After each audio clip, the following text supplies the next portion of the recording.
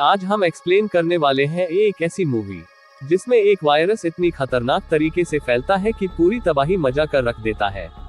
तो कहानी की शुरुआत होती है और हम देखते हैं कि रेंज नाम का वायरस पूरे शहर में फैल गया है, जिस वजह से लोग ज़ॉम्बी में बदल रहे हैं और एक दूसरे को मारकर खा रहे थे। फिर हम एक छोटा सा घर दिखाया जाता है जिसमें 6 लोग थे जो कि वायरस से बचे हुए थे। उन लोगों में एक आदमी डॉन, जिसके साथ उसकी वाइफ एलिस, एक बड़ा कपल और 2 लोग और थे। एलिस उस घर में बचे हुए सामान से कुछ खाना बना रही थी। डॉन भाई के हालात देखकर बहुत परेशान था क्योंकि उसने अपने बच्चों को स्कूल ट्रिप पर फ्रांस भेजा हुआ था। दरअसल ये वायरस किसी शहर ब्रिटेन में फैला हुआ था। यही वजह थी कि डॉन के बच्चे इस वायरस सी में फूल थे। यहाँ पर सब लोग खाने के टेबल पर बैठे हुए थे। उनके घर में बिल्कुल अंधेरा था। सभी लोग आपस में ना ही बात करते हैं और ना ही किसी किस्म का शोर था। तभी उनका कोई दरवाजा जोर जोर से खटखटाने लगता है। कहता है, मुझे प्लीज अंदर आने दो, दरवाजा खोल दो मुझे बजाए। दरअसल ये आवाज 10 साल के छोटे बच्चे की थी। बच्चे की आवाज सुनकर एलिस कहती है कि प्लीज हमें दरवाजा खोलना चाहिए।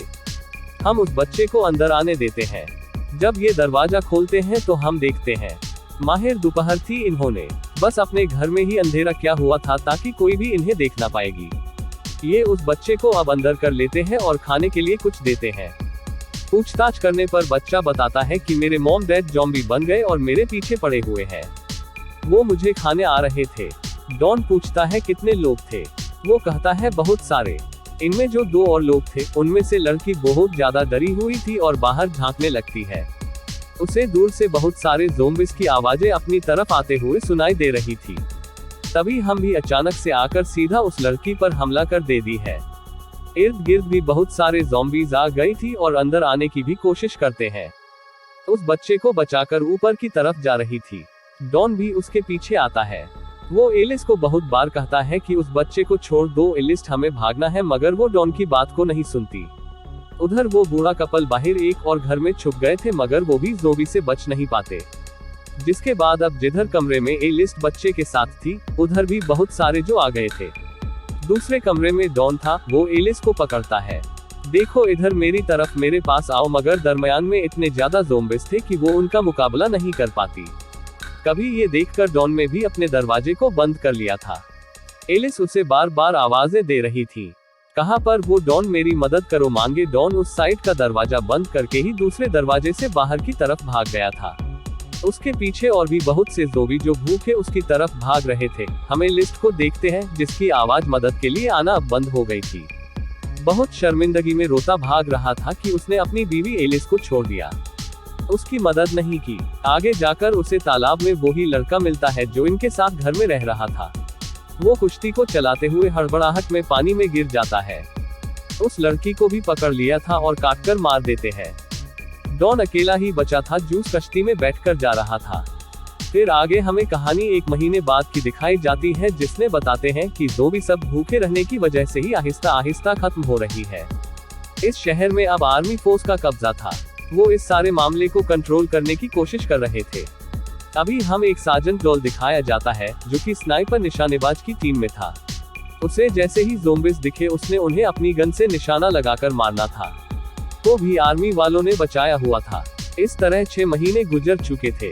अब ज़ॉम्बीज़ भी बहुत कम कहीं कहीं पर थे। इसी दरमियान हमें एक डॉक्टर भी दिखाई जाती है जो इस वायरस पर स्टडी कर रही थी। अब जो लोग दूसरे शहरों में फंसे हुए थे उन्हें दोबारा से अपने घरों में लाने के लिए आर्मी प्रोग्राम शुरू कर देती है। मगर अभी भी सबको सेफ जोन में रहना था, ना कि अपने घरों में, जो कि अमेरिका यूएस आर्मी फोर्स की निगरानी में था। अभी तो सुखी आसपास लोग थे जो अपनी इस शहर ब्रिटेन में वापस आ गए थे। इन्हीं में डॉन के बच्चे भी थे। डॉक्टर जब बच्चों को वापस आता देखती है तो परेशान हो जाती है क्योंकि वो ये सोच रही थी कि आखिर कैसे इन बच्चों को संभाला जाएगा। डॉक्टर के बेटे का टेस्ट करती है जिसमें वो देखती है उसकी आंखें 2 कलर की थी, यानी कि उसकी आंख का आधा रंग कुछ और आधा कुछ और था। डॉक्टर उससे पूछती है, क्या तुम्हारी फैमिली में किसी और की आंखें भी ऐसी है? डॉन का बेटा कहता है, हाँ मेरी मॉम की यानी कि एलिस की आंखों का रंग ऐसा था। डॉन आप अपने बच्चों से मिलता है तो बहुत खुश था। वो दरअसल अभी भी इस जोन में रहकर आर्मी के साथ मिलकर काम कर रहा था, इसीलिए वो अपने बच्चों को उस जगह पर लिया जाता है जहां पर वो रह रहा था। वो अपने बच्चों को उनकी मॉम एलिस के साथ हुए हादसे के बारे में भी बताता है। रात के वक्त सोते हुए डॉन के बेटे को अपनी मॉम के सपने आ रही थी। उसे ऐसा लगता है कि शायद वो अपने मॉम का चेहरा फूलता जा रहा है। सुबह को जब डॉन अपने काम पर चला जाता है तो उसके बच्चे चुपके से एक सेफ जोन से निकलकर भाग गए थे और भागते भागते अपने घर पहुंच गए थे ताकि वो अपनी मॉम की कोई तस्वीर ले सके। तभी आर्मी को भी इनके बारे में पता चल जाता है कि 2 बच्चे सेफ जोन से भाग गई है, मगर तब तक वो दोनों अपने घर पर थे जहां पर डॉन के बेटे को अपने घर के ऊपर वाले हिस्से से कुछ आवाजें आ रही थी। जब वो ऊपर जाकर देखता है तो उधर उसकी मॉम थी, यानी कि एलिस, जिसको डॉन ज़ॉम्बीज के दरमियान में छोड़कर चला गया था। पर डॉन का बेटा अपनी मॉम की गले लग गया था, तभी उसे दर्द होता है। दोनों बहन भाई जब अपने घर से बाहर आते हैं तो देखते हैं आर्मी की फौज थी जो सेफ जोन में दोबारा लेने आई थी। वहां पर तीनों को कट टाइम में रखा गया था। पुलिस को बांधकर लैब में रखा जाता है। डॉक्टर उसका ब्लड टेस्ट करती है। वो ये पता करना चाहती थी कि कहीं एलिस वायरस से इन्फेक्टिव तो नहीं। कभी उन्हें पता चलता है कि एलिस इन्फेक्टिव तो हुई थी, मगर उसकी इम्यूनिटी इतनी पावरफुल, इतनी ताकतवर थी कि उस पर ज़ोंबी वायरस का असर नहीं हुआ। इसलिए अभी तक वो ज़ोंबी भी नहीं बनी थी, मगर उसके खून या फिर किसी भी वजह से दूसरे लोगों से इन्फेक्टेड हो सकते थे। यानी कि अगर कोई भी इंसान उसके पास रहा तो वो जो बन जाएगा। ये सारी बातें सुनकर डॉक्टर की आर्मी जनरल उसे मारने का फैसला करते हैं, क्योंकि उन्हें ऐसा लग रहा था कि एलिस सबके लिए खतरा हो सकती है ताकि किसी और को इसकी वजह से कोई नुकसान ना हो। मगर डॉक्टर जनरल को समझाती है कि देखिए, एलिस की इम्यूनिटी, उसकी जीन्स बहुत अलग है। हम उसके खून से वैक्सीन बना सकते हैं। और जब इन सारी बातों का डॉन को पता चलता है कि उसकी बीवी एली जिंदा है, वो अपने बच्चों के पास जाता है, मगर वो उस पर गुस्सा थे ही कहते हैं कि डैड, आप तो कह रही थी कि मॉम मर गई है, ज़ोंबी बन गई है, तो वो कैसे जिंदा है।